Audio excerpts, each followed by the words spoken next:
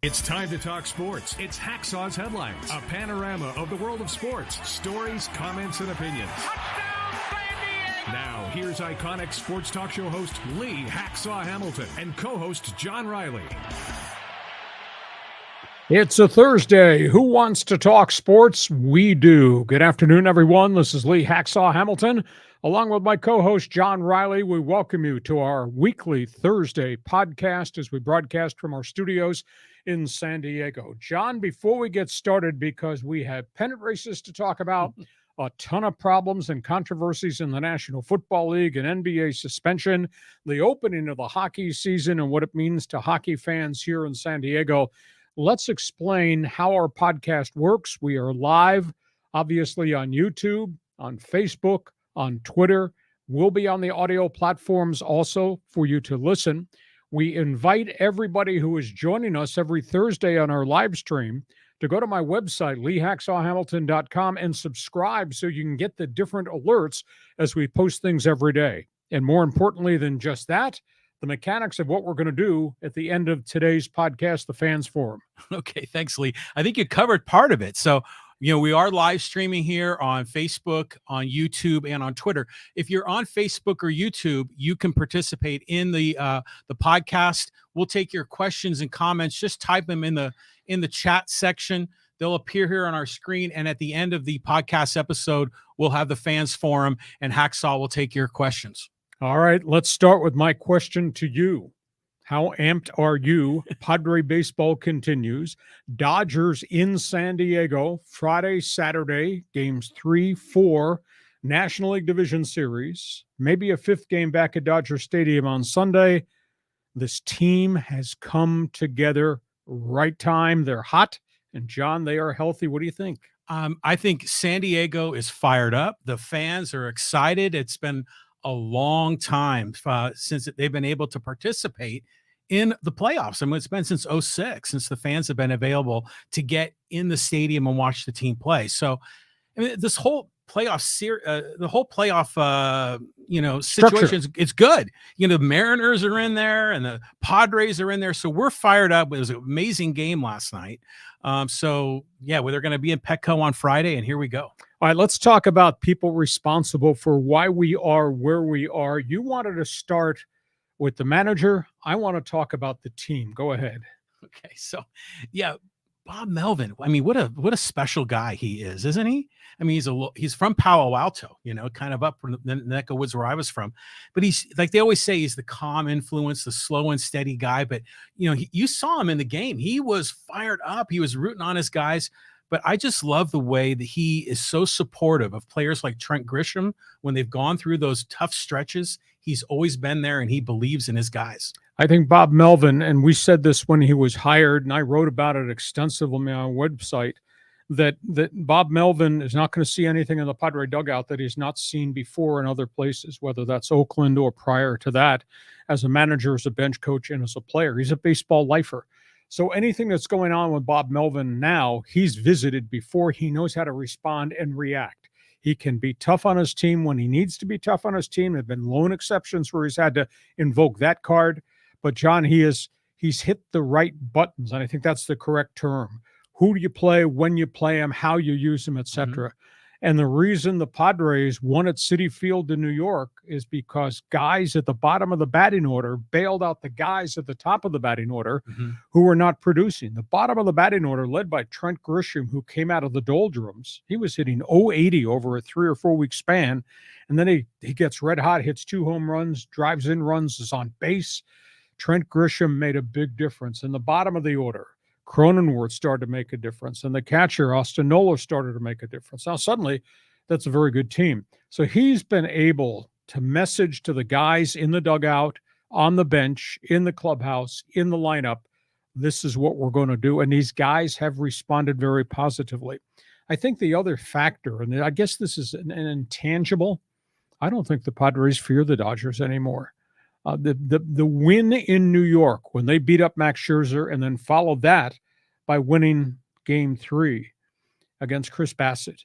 When they did that, I think it just infused enormous confidence on this Padre team that they can compete with anybody. And, of course, I've said philosophically, John, good pitching beats good hitting. And for the most part, the Padres have gotten great starting pitching. And this bullpen has been spectacular. Mets series has now been transferred to Dodger Stadium. What those guys coming out of the pen have done, this is suddenly, emotionally, I think, a very different team. And it's just not Manny Machado leading the way. It's suddenly that whole 25, 26-man roster that's contributing. Yeah, it seems like they've had this potential that they've never lived up to during the regular season. As fans, we were always frustrated, but it's all coming together now. And like you say, Melvin's pushing the right buttons because he's got to kind of manage the rotation of Drury and of Bell and of Myers. And he seems like he's playing the right guy, playing the hot hand. And Myers has been terrific, especially defensively at first base. Now, not everything is peaches and cream here because we're going into this Friday game, and the Padres got a problem with their pitching staff. I think it's a bigger problem than anybody is letting on. We got Blake Snell, Jekyll, and Hyde. What happens? Good start, bad start. Good start, huge pitch count, doesn't get through the third or fourth inning. I'm not sure which Blake Snell is going to show up against the Dodgers on Friday night. That's a big issue. Now, they do have a wild card in the equation because they got multiples of starting pitching. This might be a Blake Snell, Sean Manaea setup on Friday. If Snell puts a lot of guys on base and runs a pitch count into the 80s in the third inning, he'll be out. Yeah, he will. And they'll go to Manaea. Now, Manaea has been Jekyll and Hyde too. He's had a couple of good starts at the tail end, but you never quite know right now what you're going to get from him. Now, he is rested. And when he's had extra rest, I think he's come back and he's really pitched on the edge. So that's the big issue there. Now, from the Dodgers' perspective, I'll be very honest with you. I think the Padres are not only in their head and on their body, and they're in their mind, and they're on their pitching staff. Now the Dodgers have got pitching problems because we saw Julio Urias and we saw Kershaw, who struggled a little bit, but he's vintage Kershaw. Now the Dodgers go to the third starter, and it's Tony Gonselin, who's been on the disabled list since mid-August with a forearm problem. He's only had one outing since then. They don't know how many innings they're going to get from Gonselin. That becomes an issue. Now, they got a wild card, left-hander Andrew Haney, who had been part of that rotation most of the season. He had fought through some injuries. He's healthy. If Gonselin gets into hot water, I can see the Dodgers going to get Andrew Haney and putting him into the mix. And then the third guy in the equation, and he's going to show up in the series yet, we don't know how long he goes, is Dustin May, the flamethrower who spent a year rehabbing the shoulder, then had a bit of a back issue in August. He's back, he's ready, and he can pitch. The weirdest part of the whole Dodger negotiations, when they came up with the final guys on the roster, they left Craig Kimbrell off because he's been so erratic as a closer. So Dave Roberts has got a whole pile of questions as it relates to his pitching. So interesting to watch the Dodger dugout, just like we're going to watch the Padre dugout. If these two starters get in trouble, how quick do they go to the hook and go to the next man up, be it Andrew Haney or possibly Sean Manaea? Yeah, I mean, Gonsolin, they're saying maybe he can get 2 innings, maybe 3 on Friday night. But how about Blake Trinan? I mean, they trotted him out last night. He is not the same Blake Trinan. No. And that's who Cronenworth hit the bomb off of. So, yeah, you were talking earlier, like a few weeks ago, about the challenges with the Dodger bullpen. It's for real. And the national media are talking a lot about how no one knows their role. Am I a 6th inning guy, an 8th inning guy? There's really no established closer since Kimbrell's not there. So Dave Roberts has got some management he's got to handle. Also, what do the Dodgers do at the bottom half of their batting order? They got a lot of guys hitting 167. I mean, Justin Turner, $167. Cody Bellinger, who just has lost his ability to hit. He's hitting 167. Austin Barnes, 0.00. Trace Thompson, 0.00. I think it's going to be a different batting order for the Dodgers on Friday night against Blake Snell. The Padres, everybody is contributing right now. So I think the most unique aspect to what we're going to see Friday, Saturday, at least at Petco Park, is the pitching staff and the strength in numbers. I'm not going to say it's going to be a bullpen day, but they got the arms in reserve. Only concern I have with the Padres is they've used that bullpen a lot, and you're asking these guys to come back and pitch a third time in maybe a 4-day window, whereas the Dodgers got those healthy starters who've been sitting there who can probably give them more valuable innings. It's going to be fun. And at the end of the day, The Padres are no longer scared of the Dodgers, and I think the Dodgers have to be scared because the Padres fought back in the first game, even though they lost, and then the Padres came back and won game 2. So now it's a best-of-3 series. Don't you love playoff baseball? Oh, it's awesome. I mean, last night was terrific, and we get the goose on the field. I mean, all kinds of crazy stuff going on. But Petco is going to be red hot on Friday night. Gaslamp Quarter, the place to be. Now, we got some other baseball questions you wanted to post. This is a little bit of off-the-field business. Yeah, I mean, with the, we've been talking a little bit earlier about Petco and the Padres and coming close to setting attendance records, but we're seeing a lot of other teams that are doing well on that point too. Well, they just released the all-season attendance records, and the Dodgers and Yankees led all of Major League Baseball. Dodgers drew 3,860,000. Phenomenal number. If you ever get to 4 million, that's a number hardly anybody ever reaches. 3.86 Dodgers. Yankees 3.1 plus. Atlanta 3.1 plus. Cardinals, a shade over 3 million. Padres, the Padres, 5th in attendance. Small market San Diego, 2,990,000 fans during the regular season. Second highest of all time. The first one was a shade over 3 million. The first year they opened Petco Park. Baseball in San Diego is a big, big thing. And I reflect back to what I told Peter Seidler the first time I met him, and he knew me. I did not know him. I told Peter Seidler, you put a winner on the field, you'll get 3 million fans. Well, they put a winner on the field, and you got everybody's wearing Padre brown and gold now. But the thing is, you do draw the out-of-town fan. Pirate fan comes. Cub fans come. Mm-hmm. Dodger fans obviously buy a lot of tickets. I don't know if there'll be much Dodger blue in the stadium come Friday, but yeah, San Diego is a melting pot of people from everywhere. 2.99 million for Padre attendance. That's pretty impressive. Yeah. I mean, and credit to Seidler. I mean, he stepped up. He made the investment in his organization, and the fans came out and supported him. It'd be very interesting to be, behind the curtain and looking at the books, in terms of his profit and loss and how much is he ponying out of his own pocket. But you just got to credit the guy. He's doing good for San Diego. Well, they've raised their ticket prices 18% this year, 20% next year. They have a big TV contract, a national TV contract, so they're doing well. I think the most disgraceful part of baseball, if you look at the other end of the spectrum, that attendance number, the Oakland Athletics, and I think this is a disgrace. Oakland Athletics, bad product on the field. I understand that. Drew 748,000 fans. 748, just a third of what the normal teams got. And you got that. You got Miami. You got Pittsburgh, Cincinnati, all at the bottom of the attendance rate. All those guys, all those owners, they get TV contract money. They get revenue sharing money. Mm-hmm. They all have payrolls of under 60 million. And the end result is a bad product on the field. Baseball's got to change that because that's not fair to the baseball communities. It's not really fair to the players when you got these owners at the bottom rung that are allowed to have these minuscule payrolls, and then they have terrible records and garbage attendance. I don't know when baseball is going to change that, but they really need to look to what I call a floor to spending.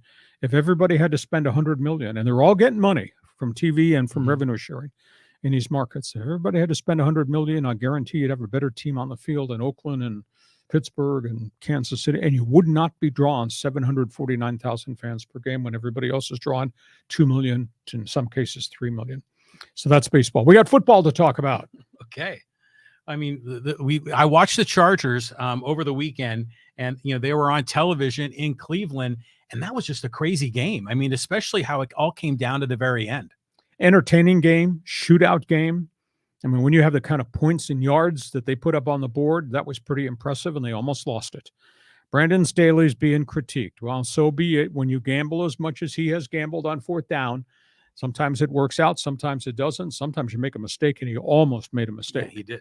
I mean, actually, they went for it a couple times on 4th and 2 and did not make it. Justin Herbert bailed them out.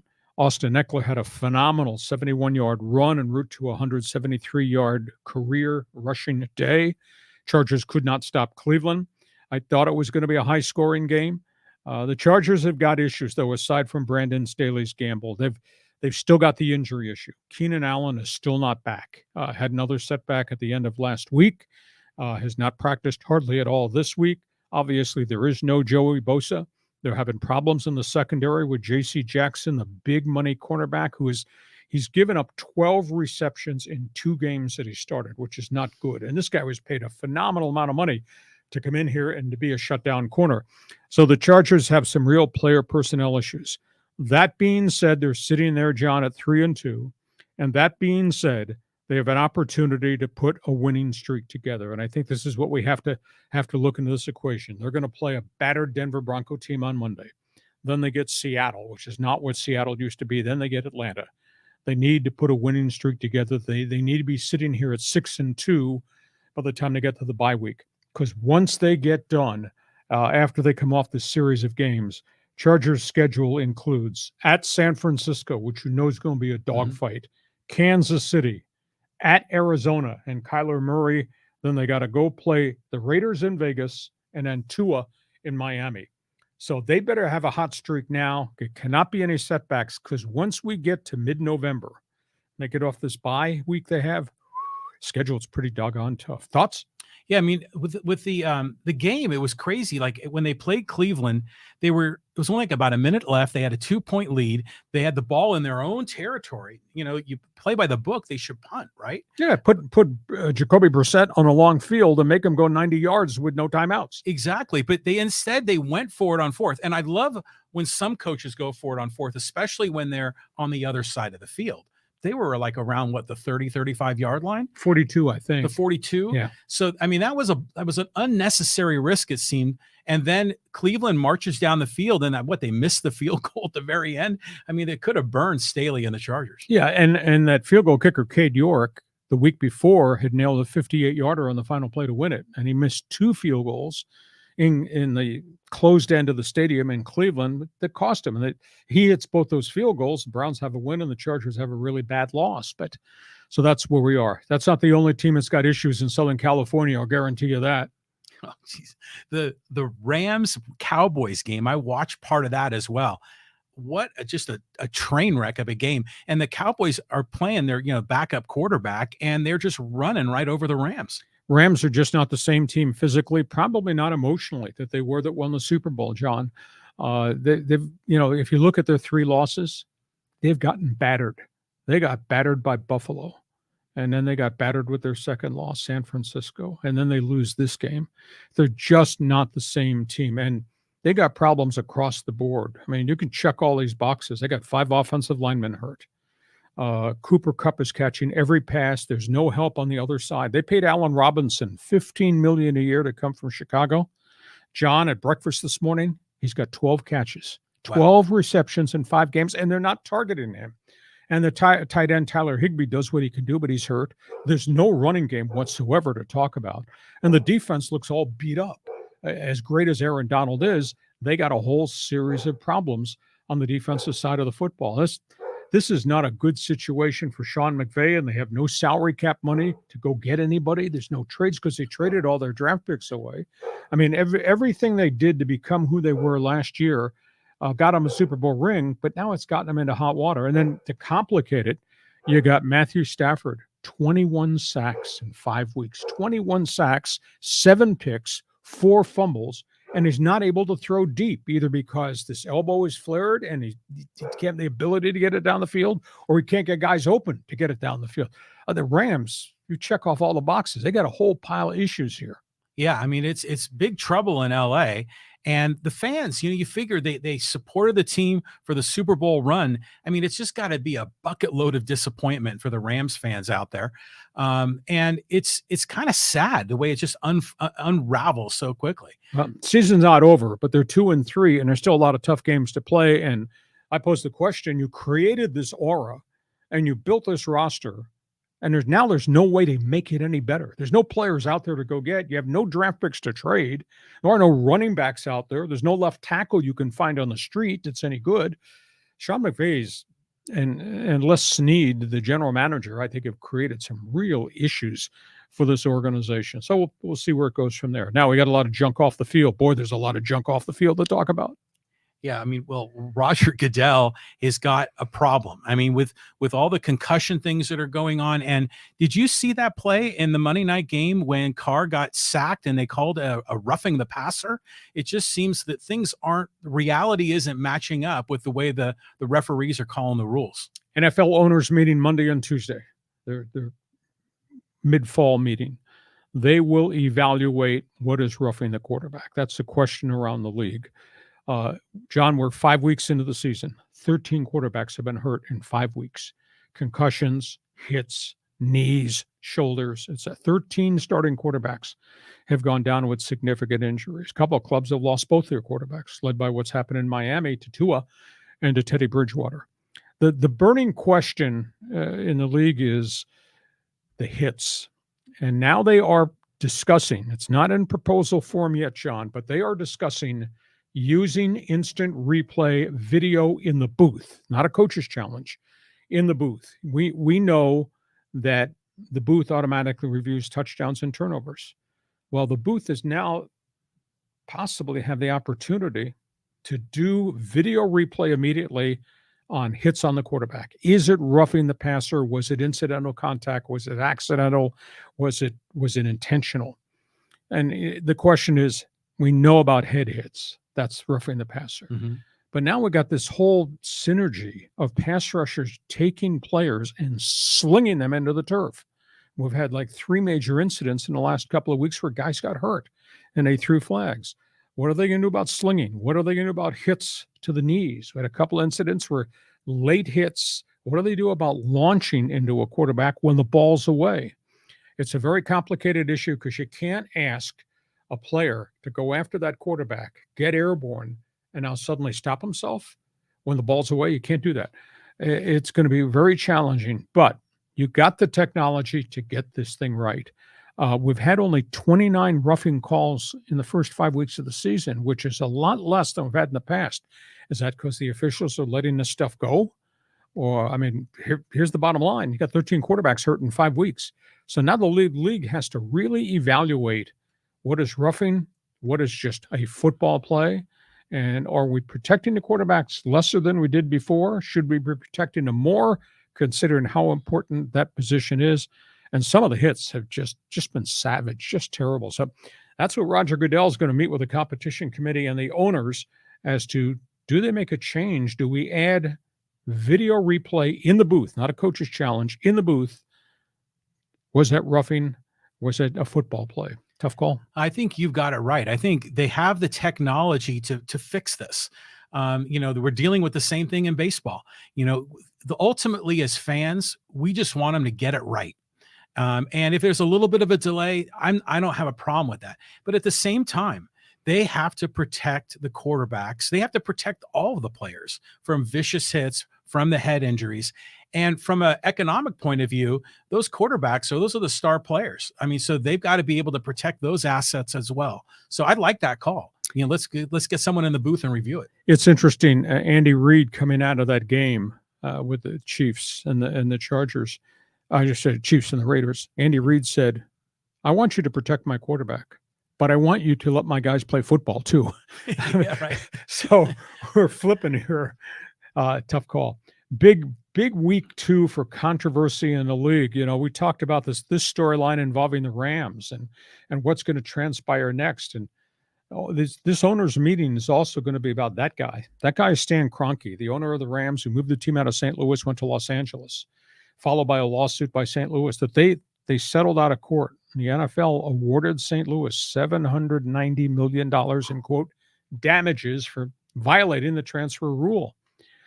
When the Rams were negotiating to move to Los Angeles, Kroenke evidently made the statement, "I will take care of any owners if there's any litigation." Well, now Kroenke has gone back on that promise because the tab is $790 million. And the NFL is meeting on Monday and Tuesday to determine who pays what. League has already paid the lump sum to St. Louis. They did it Christmas Eve. But now they're coming back, and are they going to hand out bills to every team in the league and charge them a piece of the $790 million? Or are they going to dump it on Kroenke's desk? Kroenke's response, and I'd never heard this before till this week, Kroenke's response was, I put the NFL back in Los Angeles. I built that $5 billion SoFi Stadium on my nickel. You are sharing all the profits based on what I've done, because there is revenue sharing, gate receipts and all that for each club. So everybody in the league is getting a piece of a check from what Kroenke's drawing with Rams home games.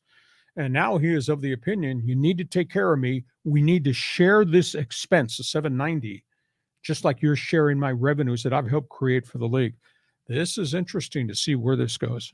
I mean, that's kind of a BS line, because he's the one that violated the deal, right? I mean, did they break their contract, their lease agreement? No, it was their lease agreement was open. That was a franchise that was a free agent. Okay. But the league, John, the league had said, we always take care of the home market.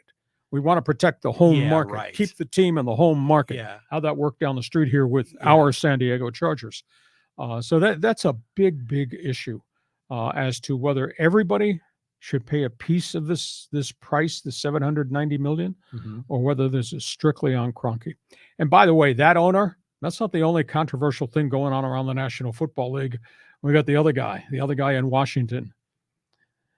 I mean, we're talking about Brett Favre here? We're talking about the ex-Packer star. Okay, my bad. And like, yeah, how did he get into this mess with his family and volleyball and welfare fraud? I mean, it's crazy. Well, it's a deep, complex story. Just the background on Brett Favre's situation. He's a Mississippi boy, went to Southern Mississippi. Brett Favre went to politicians and said, I'm trying to raise money to support my alma mater, Southern Mississippi. Smaller Division I program, dirt poor, etc. Brett Favre, very influential. Politicians came back and said, we have access to funds that we can grant you that you can then pass on to Southern Mississippi. They did not tell him where the funds were coming from. There's a huge fraud case in Mississippi against a former governor and others using federal money that was supposed to go to poor people. And Mississippi is one of the dirt poor states in the country. Using some of that money, funneling into Brett Favre. Brett Favre took it and funneled a chunk of it to Southern Mississippi University to build athletic facilities. He's under a little bit of fire too, because he's got a private foundation and he's done a lot of charitable stuff. The foundation was to raise money through donations for cancer patients and education of kids, high school kids from poor communities. Well, now we find out that not only did Favre take this money and direct it to Southern Miss, but he also took the foundation money and gave $163,000 in foundation money to some high schools where he lives in Southern Mississippi for athletic facilities. And he was supposed to take a large chunk of that money. He took 163, gave it to high schools. He took only 10,000, gave it to cancer programs, and only 10,000 to education programs for Black communities. So now there's a question about, where are your priorities? You've raised all this money through Favre for Foundation, and you redirected it to high school athletics rather than taking care of people who are ill or people that need education. When the federal money contract came up publicly, he paid the money back. He paid the $1.1 million that he had been given. He paid it back for speaking engagements he was supposed to do that he never did. He said he had no knowledge whatsoever that this was federal money. All he did was, quote, trust government people who were directing federal money to him for Southern Mississippi. Story has not been told yet, but he's not been charged with anything. But it's a really, really bad optic for a guy that is a great player and did a lot of great things in his home state. But this looks bad about how he redirected his foundation money, and then obviously what he did with the federal money that he took and sent to the university. Yeah, I mean, you know, in the NFL, Brett Favre is a Hall of Famer. He's beloved up in Green Bay and throughout the league. But this is a story that has gone beyond the world of sports. It's entered the world of current events and politics and everything. And he's getting so much heat. And to your point, is it deserved? Is he manipulating it? Was he ignorant of really where that money was coming from? I think there's a lot of unknown. There's a lot of questions that we don't know the answer to. Well, we do know that former government officials got indicted. It's a massive fraud thing. It's just not a Brett Favre thing. It's a societal thing in the state of Mississippi. All right, before we move to college football, let's remind our viewers on our live stream how they can get involved with our fans forum. Okay, so we've got the fans forum. That's your opportunity to get involved. If you're watching the live stream on either YouTube or Facebook, just go ahead and type in the comment section your question for Hacksaw, your comment that you have about the playoffs with the Padres and the Dodgers, or any of the other stories in Hacksaw's headlines, and we'll entertain those questions and comments in the fans forum, and that'll be at the very end of the podcast episode. And a reminder to all of our fans, I invite you to go to my website, leehacksawhamilton.com. On the bottom of the homepage, you can register, you can subscribe to get the alerts when we have, and we post every day when we have things available on our website. So make sure you subscribe too. Let's move to college football. Yeah, I mean, it's incredible what's happening up in LA. I mean, we knew one of those teams was going to be good, but the other team, the team in Westwood, they're also undefeated. USC is 6-0. USC, tough game, Salt Lake City, Utah. UCLA is 6-0. UCLA coming off an enormous victory over the University of Washington that nobody saw coming. Mm-hmm. Both teams have got vibrant offenses. There's no doubt Lincoln Riley has done a spectacular job at Southern Cal with the transfer quarterback Caleb Williams and all the other transfers. Travis Dye from Oregon, Jordan Addison from Pitt. He's got unbelievable firepower on offense. A tough game for them, though. The last two USC games have been a lot tighter than anybody thought. Now they go to Utah. Utah had a great start. They're kind of angry. They got punched in the mouth a week ago. It will not be an easy game at Rice-Eccles Stadium in Salt Lake City. UCLA, I don't know if this is a one-time aberration because they've not had a lot of success under Chip Kelly, but he's got a fourth-year starting quarterback in Dorian Thompson-Robinson who throws the ball, runs the ball. DTR. Got a heavy-duty running back in Zach Charbonnet, transfer from the University of Michigan. They're playing better defense than I thought possible. So that was really a statement win for them just a couple of weeks ago when UCLA, I mean, they punched Washington in the mouth, and Washington was unbeaten. Washington has not recovered since that loss. So this is interesting because obviously SC and UCLA are going to meet at the end of the season. Question is, are both of them going to push their way into the upper echelon of the polls? One is 7, one is 10. Can they push themselves to the point they might be considered to be a playoff team, especially with what's happened above at the top with Georgia and Alabama and guys getting scared, almost losing games and flipping down in the polls. So we got Michigan's hot. They play Penn State this week. So one of them is going to probably drop back into poll. Is this possible? SC and UCLA could both be playoff teams by the time we get to the 1st of December. Stay tuned. I mean, imagine that they both make the college football playoff, which would be crazy. And then they jettison and they go to the Big Ten. Well, that's a couple of years down the road. Yeah. That's not going to happen a week from Monday. But still, I mean, these are like your two marquee teams now in the Pac-12, and they're on their way out. And then meanwhile, when we talked about this a number of weeks ago, that UCLA had this cupcake schedule in the beginning. So the first 2, maybe 3 wins, we saw it coming. But yeah, they started playing serious competition, and now you're thinking maybe Chip Kelly's got something going on. Either that or it's a one-time aberration, because would they be the same program once that quarterback leaves? And he will leave at the end of the season. I don't know if he's an NFL quarterback, but he's a pretty good player. Other football team in town, you want to talk about the Aztecs? Yeah, I mean, what an amazing game. I mean, here's Jalen Maiden, the former, what was he, like the 5th string quarterback. He wanted to play. He's playing safety. And then all the quarterbacks go down like dominoes. He gets the start, and he threw for over 300 yards. And granted, they're playing Hawaii, but still, what a great game. What a great opportunity for that young man. He's a skilled kid who came from Mississippi State, and he was part of just a backlog of quarterbacks, and he never got a lot of snaps. And evidently, he must not have shown an awful lot because they kind of just shoved him off to the side. Now, he's a big athlete. He's 6'2" and 215, 220. Mm-hmm. And the cameo appearances he had as a quarterback last year when Lucas Johnson, the then starter, got hurt, I thought he played very competitively. And all of a sudden, he's no longer a quarterback, and they moved him to safety, where he's a great athlete. He might wind up being an NFL caliber player in the secondary because he's so big and he's fast and he can run. Mm-hmm. They had a week to get him ready, just a week. Now, I grant you they're playing Hawaii, which is really downtrodden. But, pal, you go 24 for 32 for 322. That's pretty impressive. Now, they have a bye week this week, and the issue is Braxton Burmeister, the Virginia Tech transfer, who's had 3 injuries in 5 weeks, is still in concussion protocol. He had one limited workout, and they had to take him off the field again. So I don't know that Braxton Burmeister is going to be ready a week from now when they go on the road and they go play at Nevada. Jalen Maiden has worked hard to deserve this. He's obviously a student of the game. He's obviously an athlete. So maybe this is a quarterback that can bail him out of this injury issue. I will say this, though, and I'll be critical. I asked the question about San Diego State's coaching staff, and this starts with Brady Hoke, and it goes through offensive coordinator and quarterback coach.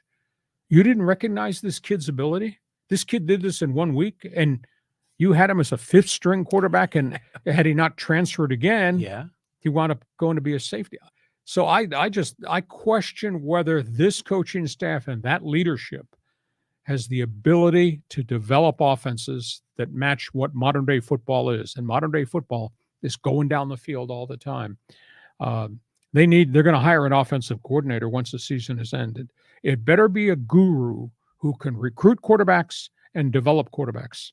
Because, John, we haven't had that at San Diego State. Despite the great success Brady Hoke and Rocky Long have had, they have not developed quarterbacks, not game changers, maybe game managers. Thank God they could run the ball, but they're not running the ball very well this year because they have a young offensive line and weren't protecting. That's why Burmeister has been so banged up. So I posed the question about the Aztec coaching staff. Who are these people? You didn't recognize that kid's talent? And look what he did. He bailed them out. He saved them. Yeah. At least in that first game against Hawaii. And I think he's probably going to be actively involved at quarterback, especially if the Burmeister injury. Those concussions are scary. That's a gray area. That takes time. So that's my spin on the Aztecs. Well, I think what happens is a lot of times coaches fall in love with certain players. You know, they've got their own pecking order, and they're going to give their number one guy every opportunity. Even though there's a guy like Jalen Maiden that's down the depth chart, he just doesn't get the shot. And if it wasn't for the injuries and the defections and all the other chaos with the quarterback situation, Maiden would still be playing safety, and we'd still be, lucky to throw 100 yards a game. Yeah, and I'll throw the addendum comment onto this. This is the same coaching staff that didn't see a future for Lucas Johnson, last year's starter, and kind of ran him off. Lucas Johnston leads 1AA football in total offense, throwing and running at Montana. Think about that. Now, granted, that's 1AA. It's different than the Mountain West a little bit. It's surely not the Pac-12. So there's a question here about the Aztec coaching staff and recognizing talent on offense, because Johnson played well at the end of last season. Maiden, his cameo appearance, played well. And Johnson's gone, and Maiden moved to safety because they didn't see in the big picture that he could produce. I might be the only one in this community is raising questions about Brady Hoke and the assistant coaching staff, but somebody needs to say something, so I did. Yeah, well, good on you. I mean, but who do the Aztecs they got to buy this week, right? Buy this week, then they go to Nevada, still to come Fresno State. But the league is upside down. Fresno State's quarterbacks had a high ankle sprain, and without Jake Haener, they're not the same program. But there's still some tough games on the schedule to be played. Hey, it's the opening week of the NBA season next week, and we got stories on the court, but we got a story off the court, and I don't think the story line is going to go away, John. Oh, I mean, this whole Draymond Green thing, he got into a fight with one of his teammates, with Jordan Poole. I mean, this is usually a special time of the year, with basketball, because the NBA is playing the preseason. College basketball is a few weeks away, and it's just terrible to see this, especially for the NBA champions. Golden State's got an issue, and I'm going to use two words here. They're not going to say it, but I will say it. Draymond Green, 2 words, mental health. Here's a big issue. His persona has changed in the last year and a half. He's become a real ruffian for the Golden State Warriors. And you need tough guys on your roster, and you need guys who are going to come off the bench and are going to bang, and you need guys who are going to stand up for the stars on the team. But his persona on the court as a guy looking for trouble really grew last year. And in the playoffs, I mean, he was on the brink of getting suspended because he was compiling so many technical fouls. Yeah. So his persona has changed. He got into an argument with his teammate Jordan Poole at practice. And I don't know whether it had to do with work ethic or blown plays, but Draymond Green walked up to Jordan Poole and made a comment. And then they body bumped. And they kept up the dialogue. And then Jordan Poole pushed him back. And Draymond Green hit him with a right, vicious right. Could have fractured his orbital bone, could have fractured his jaw. So he was removed from the team for the better part of a week. He apologized profusely. He says, I'm a flawed person. I am going to get counseling, etc. So I think the Warriors and Steve Kerr, who's one of the great people in the game, the Warriors need to perceive his mental health status, because here I am, a talk show guy and an NBA fan who watches a lot of games. I just see that he has changed drastically as a player. And I know if you're the enemy and you say, that guy's out of control, that guy needs to be dealt with. If you're in the Bay Area, my guy Draymond Green, he's just doing his job. Right. But Golden State emotionally has to, I think, keep tabs on him, because to me, there's a mental health question that needs to be posed. What has he turned into? My opinion. Well, I mean, he's had a history of this sort of thing. I mean, remember those, what was it, the 2017 NBA championships? I mean, he punched LeBron below the belt, and got thrown out. And that actually led to LeBron's team winning the championship that year. So to your point, it's like, if he's our guy, we like him. But if he's on the other team, he's the villain. Kind of makes you wonder, with this sort of mental health thing, is there a CTE issue that would maybe happen in the NBA? I mean, those guys are banging around too. Yeah, but you don't know about CTE until you do an autopsy after the person's passed. I don't know if he's had a lot of concussions, but he's acting differently. You remember the Detroit Pistons bad boys? Oh yeah, the Malice in the Palace and all that. Yeah, he's playing like those guys now. I mean, we're talking about real rough stuff.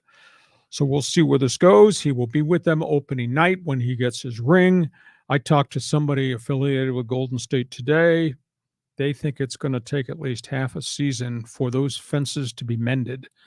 So we'll see if he can become a better teammate. There's no doubt that he's a tough guy player, and he's integral to what Golden State does. Now, we got the other team in town. We have not talked about this, but it's the opening of the National Hockey League season, and that also means the opening season for those guys. Yeah, the San Diego Gulls. I went to a game last year and I had a great time at the sports arena. It's a lot of fun, and it's real hockey here in San Diego, and they practice right up here in Poway, up in the business park. So yeah, good for these guys getting started.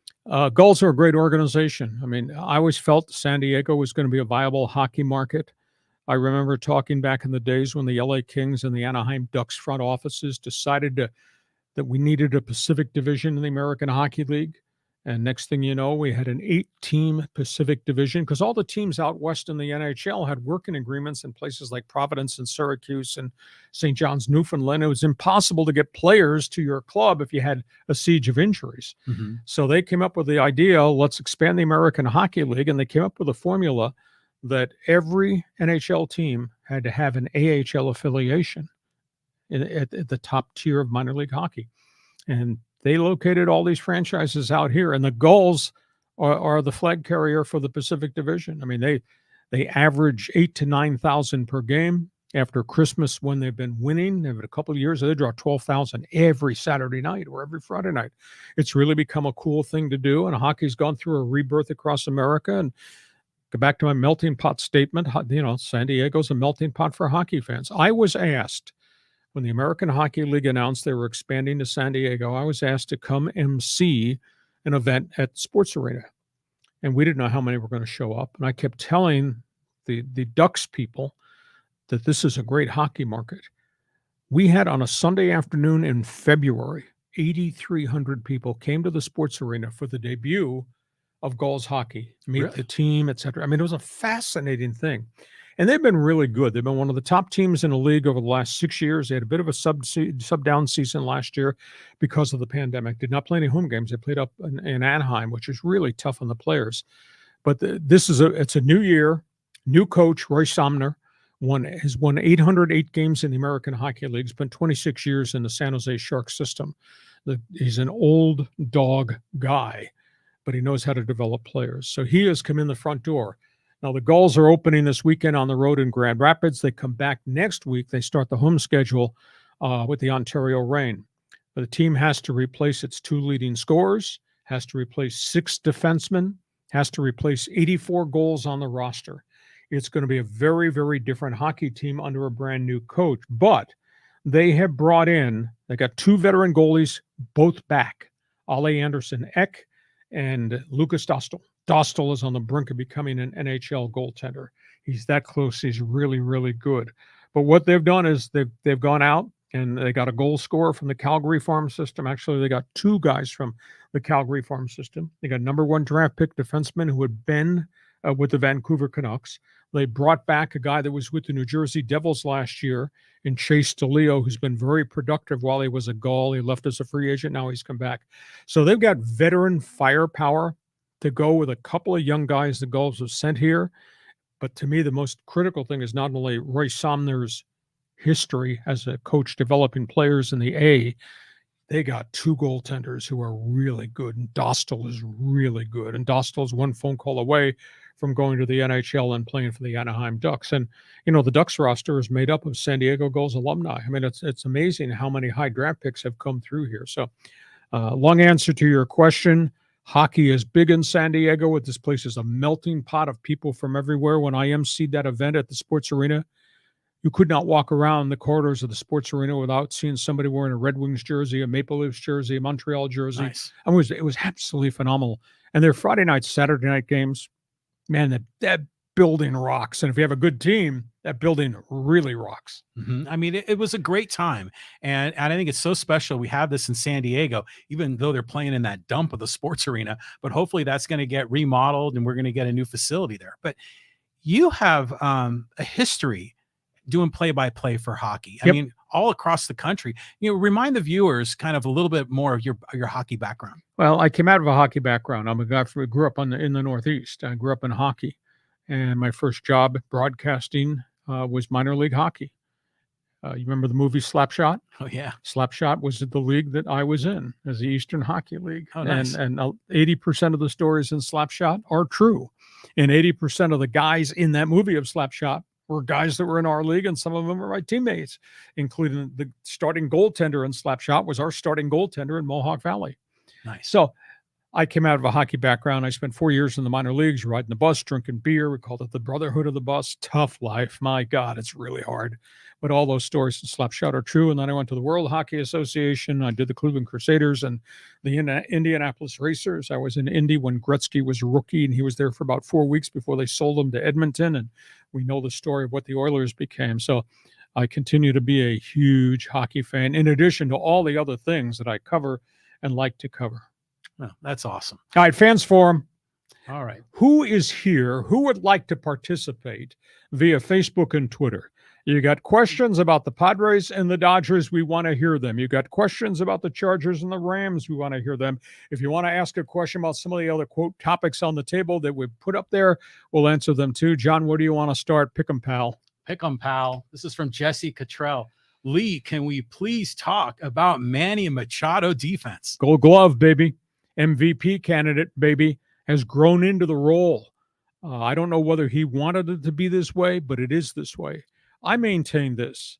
Fernando Tatis arrived with such flourish and glitter that he forced Manny Machado to become a better player and a better teammate. Oh, no doubt. I would have never imagined Manny would be the kind of leader, because I had issues with him in that Padre clubhouse. And guys in Baltimore that I link with said, oh, you're going to love this, dealing with this character, because he had a bad ending in with the Orioles.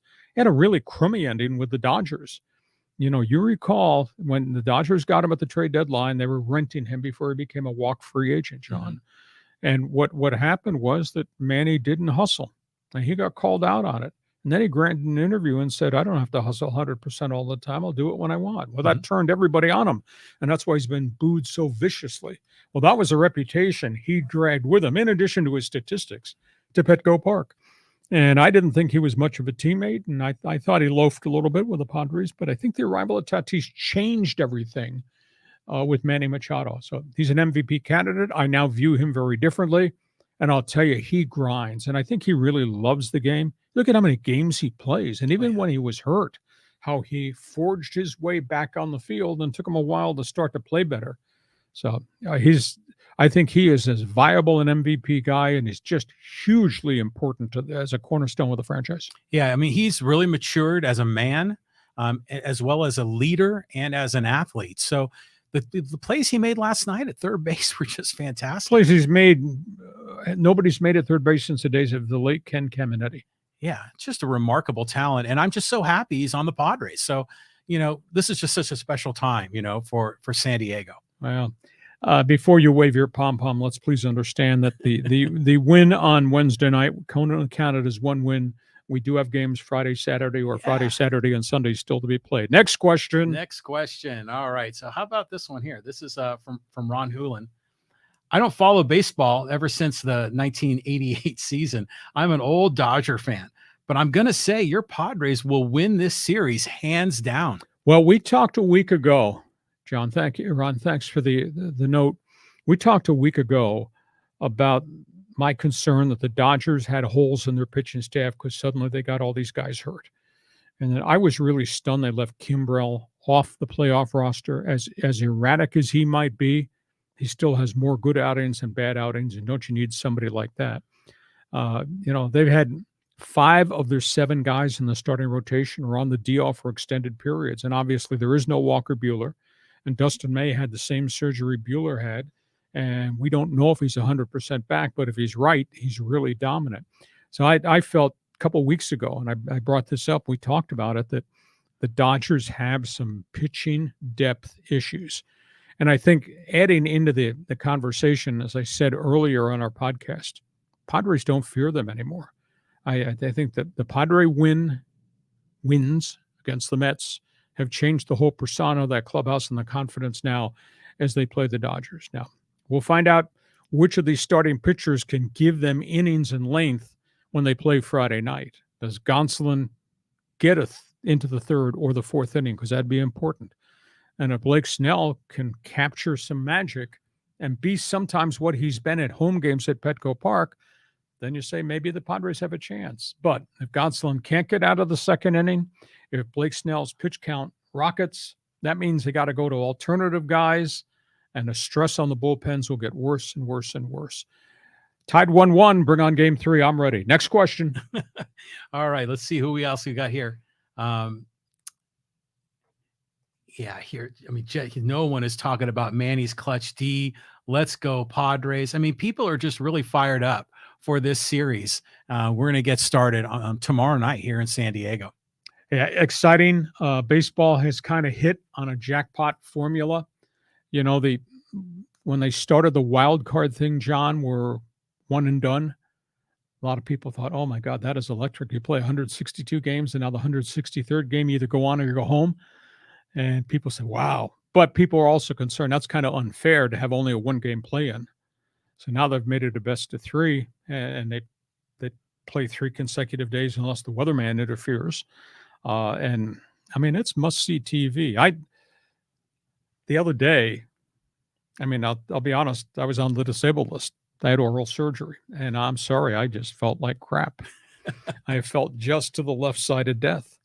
I sat on the couch with ice packs, and I watched chunks of all 4 playoff games.